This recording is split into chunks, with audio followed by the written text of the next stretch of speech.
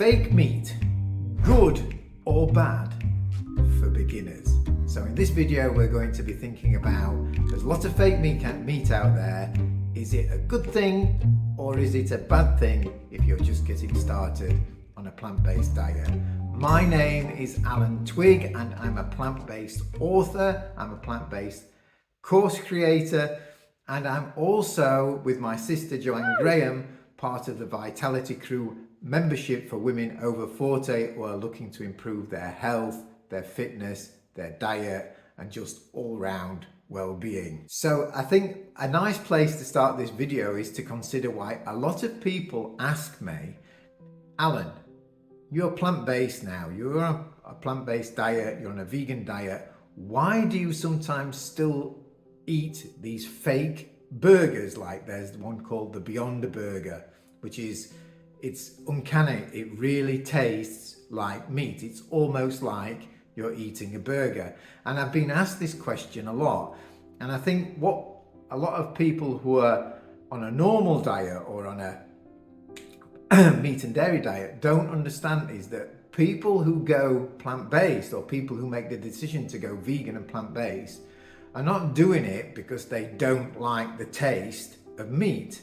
It's not that we don't like the taste of chicken, it's not that we don't like cheese, it's not that we don't find salmon or fish delicious. No, this is not the reason that we're doing it. We're doing it because either for health reason or ethical reason, or just being in alignment with our own principles. There are lots of reasons for wanting to move to a plant-based diet.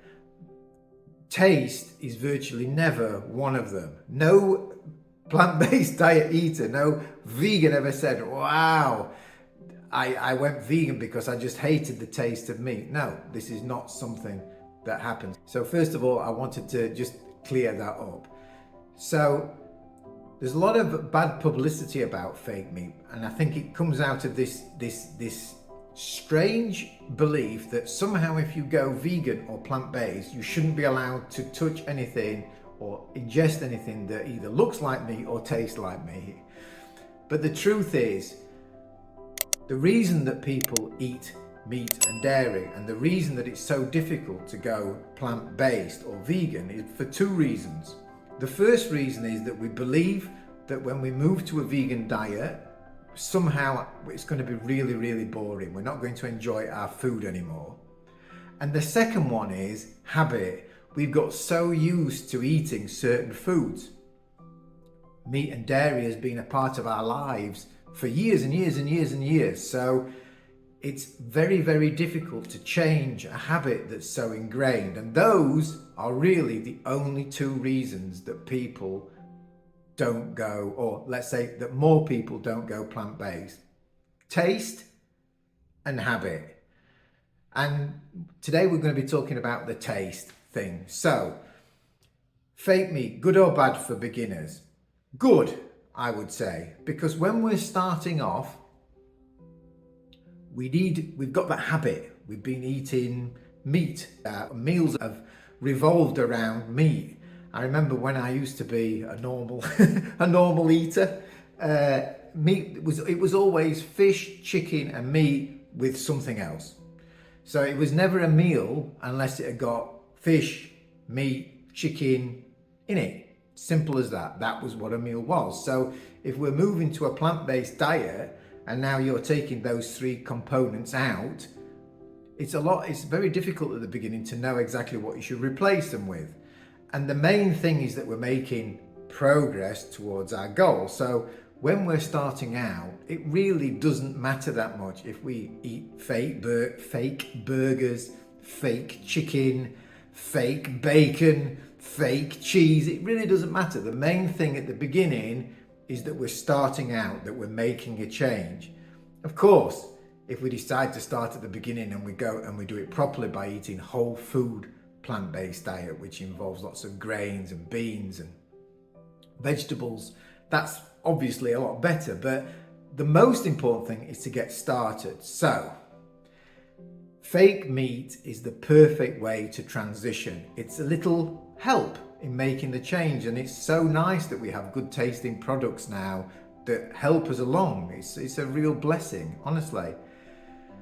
I've touched upon the ethics. That's why people want to go plant-based. It's not because of the taste, it's because they've got principles, or they want to make a change for themselves or for the animals. So one of the questions as well is, are these fake meat products healthy, or are they actually bad for us?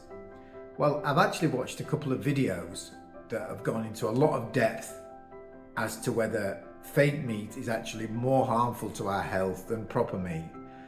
And to be honest, I've watched 3 or 4 of these, and at the end of the day, on balance, the plant-based meat alternatives are actually more healthy than the meat products. Why? I'm talking now about your normal supermarket meat products. I'm not talking about grass-fed beef or things like that. I'm talking about 99% of meat products that people eat, because they're full of hormones, antibiotics, all the fear that the animal's gone, lots of things in meat, saturated fat. You may find that these alternative meat products cost slightly more than their real meat brethren. So I think I've gone through everything there. There are lots of myths. There are lots of people online who are telling you that it's so dangerous to eat these fake meat products, and that it's a terrible thing. And if you're going plant-based or vegan, you should be able to ditch all of this stuff straight away and disconnect. No.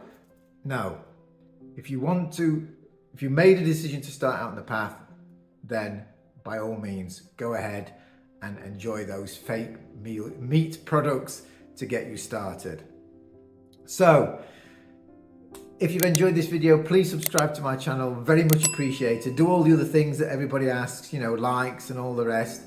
If you're a woman over 40 and you're interested in getting more support on your journey, we have a free Facebook group for women. It's called the Vitality Crew. I'll add the link in the description, along with some links to my audiobook called And Suddenly Everything Changes, and that also touches upon a lot of these issues that we've just talked about in this video, to do with fake meats and getting started, and the real destruction that real meat causes in terms of the environment and the climate.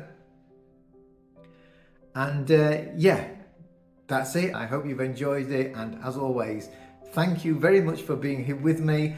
And if you've watched this video so far, you're obviously very interested. So all I can say is take a little step, get started, and I'll see you in the next video. Thank you very much. Bye-bye.